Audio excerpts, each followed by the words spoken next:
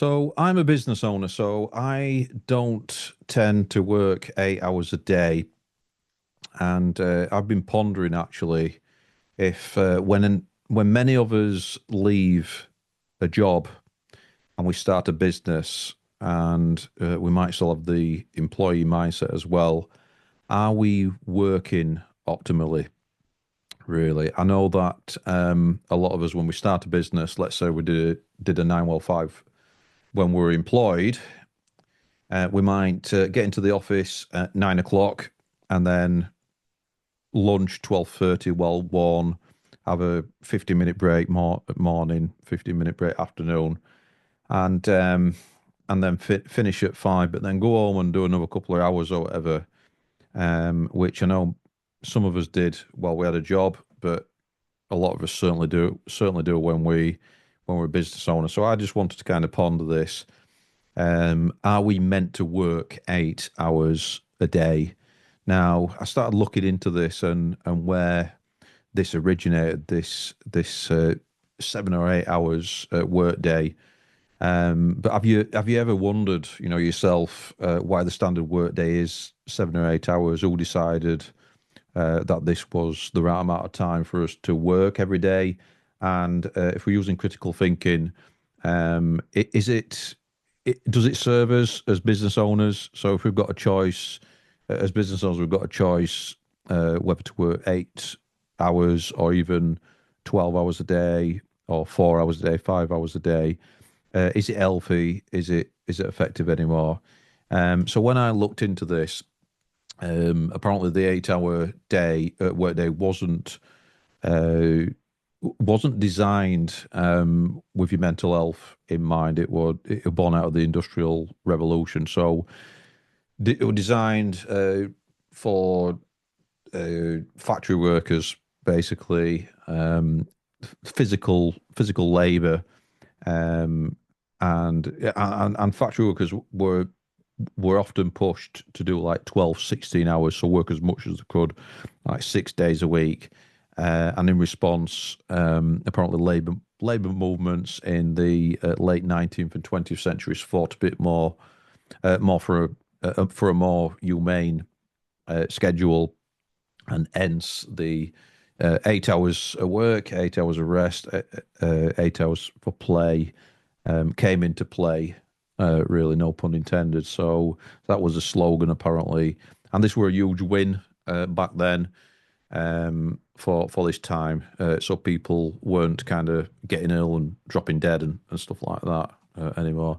Now the thing is, when if you're doing a business which is more like mental work, or an office job that's more mental work, then what I found when I had a job is you'd split your day into things that were more taxing, things that weren't as taxing. Like you might have had a meeting which wasn't as taxing as, doing some more operational work, and you'd be sending emails some of the time, you'd be maybe designing something some of the time. So it'd be broken up the day, and then you'd have a chat with your colleagues and all that kind of thing. So there were variety in it when I the last job I had. Um, but that doesn't mean that the 915 is necessarily the best model. So when you go into a business, when you start a business, should you really be doing 8 hours, or should you be doing 10 hours or 12 hours, or just 4 hours or 5 hours? What I found out is because we're doing knowledge work, because I'm doing knowledge work as an entrepreneur, basically building a business, and I'm looking at getting more and more people in my team as the revenue grows. I'm having to take a lot of time to myself as thinking time, so I'm not as kind of taxed with the operational work. So basically, as soon as I've cracked something and I can do it myself, I will create SOPs and then delegate it to other people and grow the team in that way. In fact, I've got a methodology where I'll get myself to 80% capacity, and then I'll hire somebody and use the remaining 20% to train them, and then they should be able to then get me back to my 40% capacity. So they've taken 40% of my workload essentially, and that's the way that I've been doing it, and that's worked pretty well thus far. So the thing is, the typical freelancer who, in my opinion, could improve on things will get themselves to 100% capacity and they've got no time to set anybody on, or they've got no will, they don't want to set anybody on or anything like that because they've got. I'm not saying it's necessarily a limiting belief, it depends on the person, but for me, I want to set people on, and it will be a limiting belief if I thought, well, staff are just a burden or something like that. Because the way that I see things is to grow a business, you need staff, you need team members. So anyway, yeah. So like employee life today seems to be more. I'm talking about office, the typical office, 9 to 5, Monday to Friday. If you've got a job in an office, the chances are that your schedule is still based around that 7 or 8 hours, 7 or 8 hour model.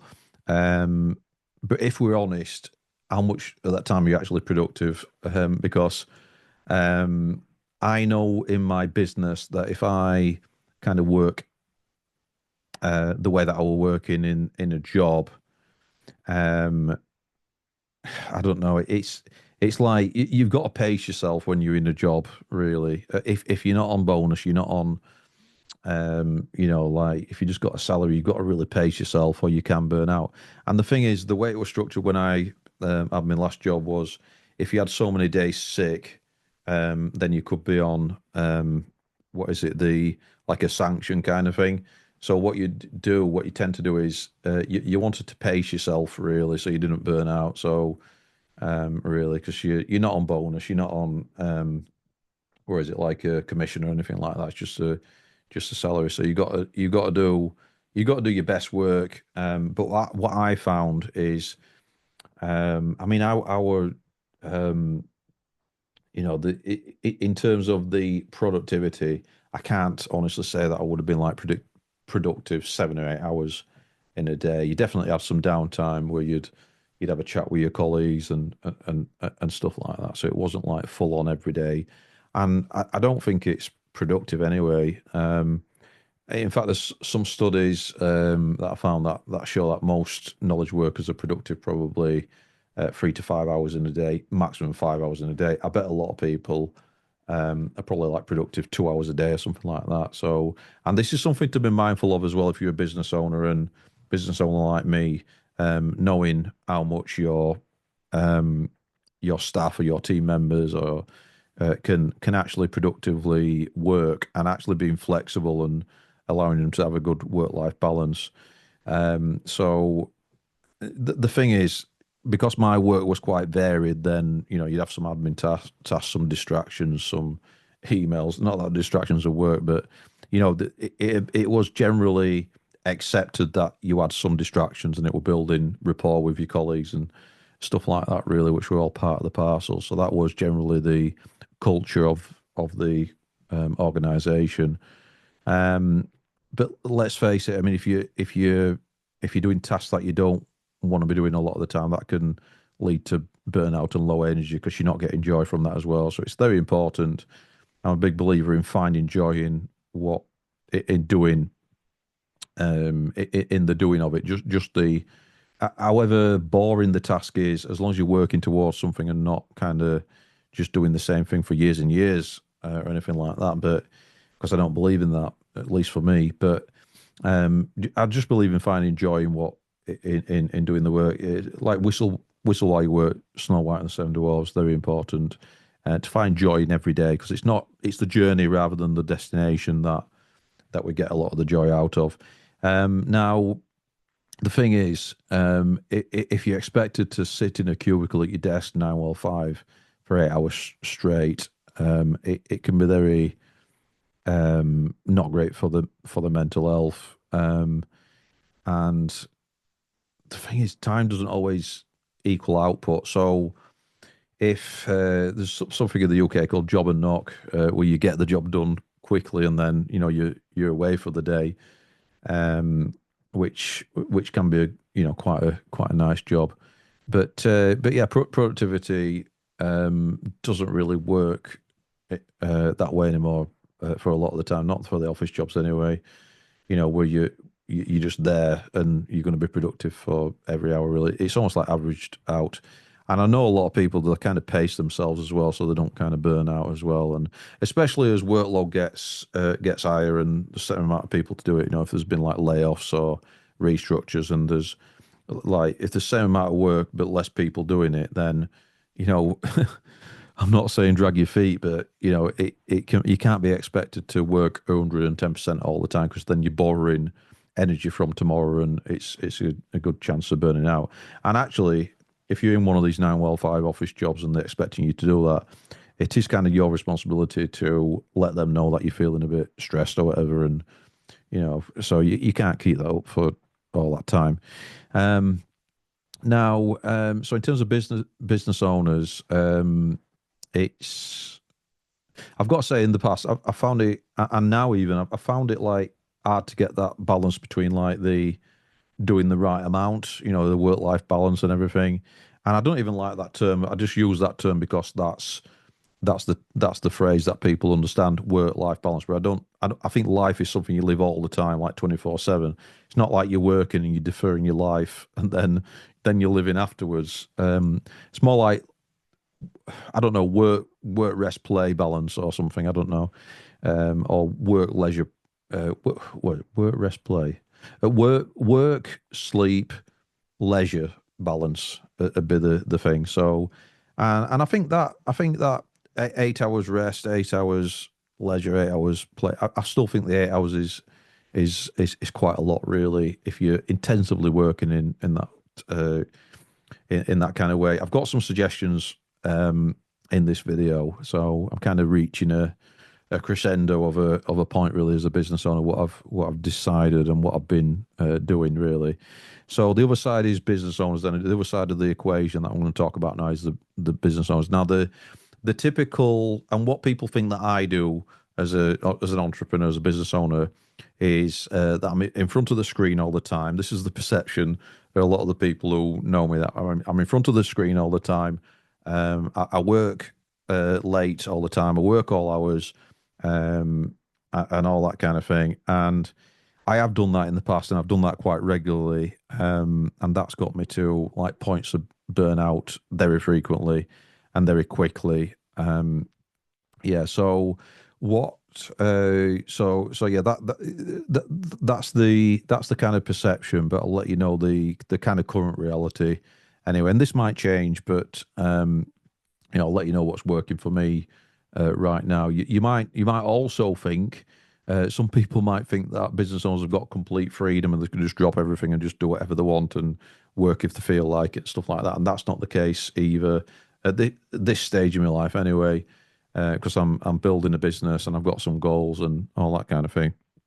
But the thing is, I'm in my mid 40s, and I'm kind of at a point where there's a lot that I want to achieve in my life, um, and time does go faster when you get to this age, and you might be older than me or younger than me, so certainly the passage of time is quicker now, and you've got to kind of, in my opinion, be more selective with your time. And when you can set your own hours as well, you've got to have a lot of self discipline. So the ability to give yourself a command and follow through with it as well. I can kind of work from anywhere a lot of the time.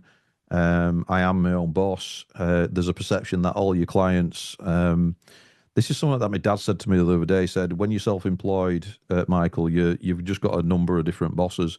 I don't feel like any of my clients are bosses. It's a win-win mutual. I'm providing value, adding value, providing a service with my business, and it's very much reciprocal. I don't get ordered around or anything like that. I have had some clients in the past who are no longer clients, who I either sacked them or they eventually cancelled, and you know, I kind of celebrated. They have had some clients like that, and it's not the kind of clients you want. I promise you, you don't want any clients who think that it's a subordinate uh, subordinate relationship or anything like that. Um, so the reality check for many business owners is, we can get into this kind of fear, so false expectations appearing real, where we're kind of scrambling around and, you know, we're really thinking, right, when's the next bit of money going to come in. And I used to do that all the time. And that comes from a point of scarcity. I can now, with, we're a different mindset shift. And I think that business is 95% mindset. With this different paradigm that I've got, I'm still working towards, because you get these self-limiting beliefs in from time to time. You just kind of need to, get them to dissipate with affirmations and positive mental thinking and stuff like that. But I used to think that, oh, I've got to try and get all the work in now, because I don't know when the next revenue is going to come in and stuff like that. That's scarcity mindset. There's an abundance of opportunity and work out there, so there's really no need to think like that. So I can now have a nap in the afternoon and not worry about it, because I've got a plan going forward. I know that I've got a repeatable system, and I know that I'll have an even better system in the future as well. So there's that that assurance which comes from confidence, which comes from action, which comes from experiences, which comes from taking enough action to see patterns and test and measure and look at the KPIs and know what's working.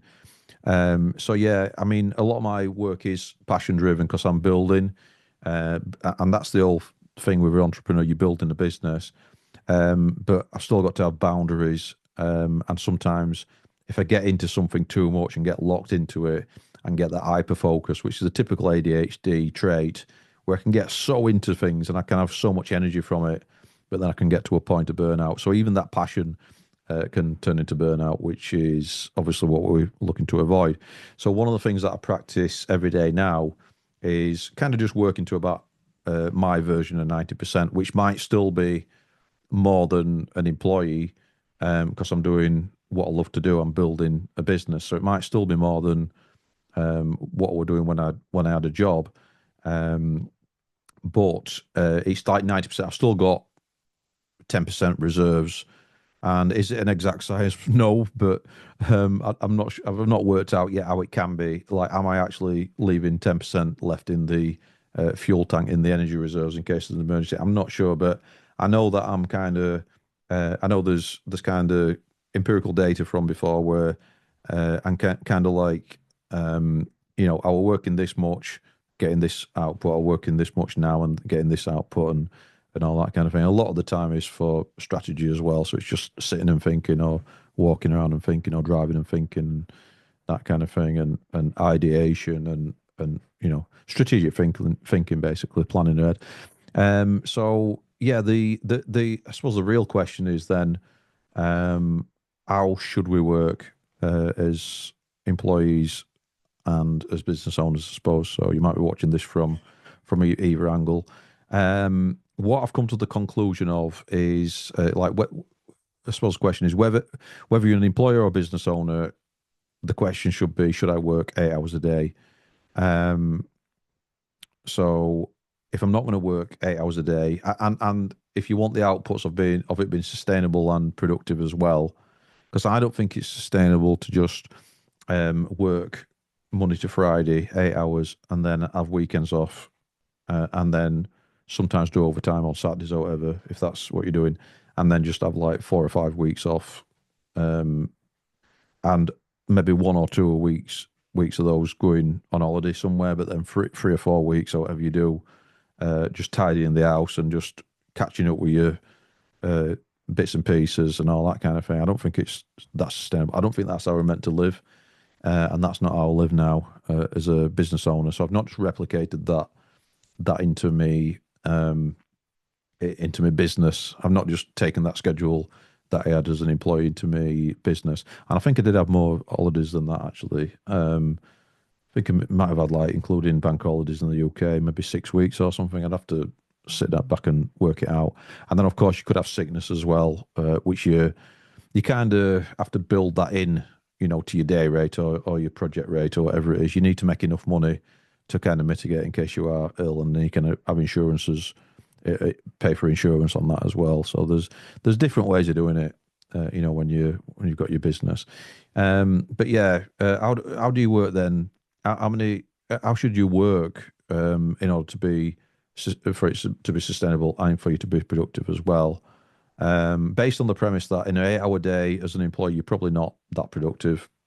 You're probably only, as the research shows, productive for 3 to 5 hours of that day. I bet a lot of people, like I said, are productive for like 2 hours, maybe 3 hours. So, what you so what does it actually look like then? My schedule in my business, and can you maybe take this to your employer? You know, if you've got a job and say, look, this might be more productive for me. Can we try this and stuff like that? So what I do is I prioritize. So I plan tomorrow today. I work to an 18-month strategic plan because I tend to find you can get a lot more done in 18 months than 12 months, which, having said that out loud just now, yeah, of course you can get more done in 18 months, but there tends to be this tipping point where it gets kind of rapidly more productive. If you're working on like just one or two things, if you're working on something like constantly, you can really move the needle in 18 months as opposed to 12 months. You might just be getting to a point where you've done a lot of work in 12 months and kind of giving up if you don't see results. So I do 18 months planning. And then I've got a bigger plan than that as well, beyond 18 months. But what I do then is I break my day into focused work blocks based on priority. How do you prioritize work? It's based on impact and results, actually moving the needle, working on the business, not working in the business. Um, and I do 90-minute work blocks of deep work, followed by actual breaks away from the desk and or away from that kind of thing. Obviously, if I'm doing things like filming, which I try to do less and less these days because it is an operational task, then that might be a bit different. But that's completely different. I'm talking about work that I would do in my home office or the business office that I rent from a business centre. So it's 90 minutes of deep work followed by actual breaks where I'm completely doing something different, like reading a book, meditating, having something to eat or whatever. However, I have been doing intermittent fasting for a while now, and just mostly been eating on an evening. So it's almost like eating in the day doesn't really come into the equation a lot of the time, even though some days I will. I'm not kind of robotic in that way. Next is to batch similar tasks together instead of kind of context switching constantly or anything like that. So I kind of like the Henry Ford method of batching, getting people or to do the same thing on a production line. So that's the way that I've worked for years. It's better. Like for example, got social media management as a service, as one of the services in my marketing agency. So for a client, I'll batch that, batch it all together rather than logging in every day and just like posting one. So yeah, batching similar tasks together instead of context switching constantly is another takeaway. Not trying to cram everything into one day. So this is what I mentioned earlier, what I alluded to in terms of not borrowing from tomorrow to use today, because then you've got to pay the piper at some point when you're doing that. So when you're trying to cram everything into one day, even if you feel you've got the energy, it's better to take a step back and actually make it into a project. So in terms of how you spread big projects out over time, you can reduce pressure that way, and you can make things into tasks and subtasks, and then you can have things like naps or go for walks and things like that because you know it's going to get done. As long as you get it done in that day, or there's a very good reason for not getting it done. Um, so yeah, that's really important as well. And then also as a business owner in my mid 40s as well, so paying attention to natural energy cycles, eating right, exercising, so I've got more energy, meditating, which gives you energy. There's a cumulative effect to doing meditation. So look, if you're a morning person, if you're a night owl, aligning your hardest tasks to your peak energy. So I'll get my hardest tasks done in the morning, really. So that's it. And I tend to have kind of less and less energy throughout the day, but that depends on how well I'm eating and all that kind of thing. I'm generally eating really well, so it's generally a non-issue. I don't drink alcohol. I don't smoke cigarettes or anything like that. So I'm quite clean living. I'm probably as clean living as I can be. Really, I need to do more exercise, and that's something I'm mindful about changing. But yeah, in terms of productivity and performing better, Um, that that is what I've kind of learned to do. So 90-minute work blocks followed by a break. The break can be 20 minutes, half an hour. I like to do an half an hour. Now the thing is, these work blocks you can do 4 or 5 in a day. So if you work it out, you can be working 6 hours, but it's a much more sustainable way of working. If you've ever tried, just to kind of mix it up a bit, you've ever done some studying for exams or whatever, revision, and you've done Pomodoro, which is like 25 minutes, then 5 minute break. It's a similar kind of thing. If you try to concentrate for 1 hour, yeah, you can get into it, and it takes a few minutes to get into it. I mean, 7 minutes, I think the research shows. Then you would think that you're having to get into it, then stopping and starting. But but the thing is, 90 minutes is a good chunk of work, and I'm talking about real focused work. I'm talking about deep work.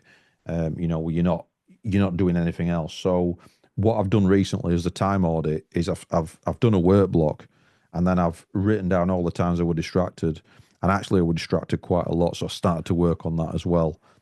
So I'm talking about like going on social media when you're not meant to be, when you're not scheduled to do it. So it's like unintentional. So it's intentionality with tasks and eliminating distractions as well. So if you read a book called Atomic Habits, that's all about eliminating distractions, both physical, both digitally, so you don't have a lot of crap on your desktop or all like that. And yeah, so some of it is a lot of it. This is elimination rather than adding new things. So eliminating, trimming the fat, and getting rid of things that are going to distract us. So um, so I was meant to work 7 or 8 hours just to kind of conclude this video. I don't think we are. Um, I think the main takeaway from this video is we're not meant to be working 7 or 8 hours. I think we're certainly not meant to be working 7 or 8 hours, getting in at 9, having a 15-minute break, having a lunch at 12:30, well, one. I don't think that's a good model, personally. That's 7 or 8 hours a day. Um, I think this model was kind of a compromise from a different era, from the research I've done. But drop me a comment, and if you don't agree with me, drop me a comment and let me know how you work. I think the truth is that a work day isn't necessarily one size fits all. I'm talking from a context of somebody who's come from. I've done a bunch of jobs in my time, so I've not just done office jobs. But when I had an office job, I'm kind of comparing that with what I've got now, which is essentially an office job. I know I have meetings, but I do them over Zoom or Google Meet. I try to film less and less, and try to delegate more tasks now. So I'm trying to work more as a CEO, where I'm delegating, I'm building. So a lot of my business is laptop work and stuff like that. The work that I'm doing is mostly on on a Mac, basically. So it's on a MacBook. Um, yeah, there's not really one size fits all. Let's say you're a builder, then you're going to be working differently. It's just a physical job.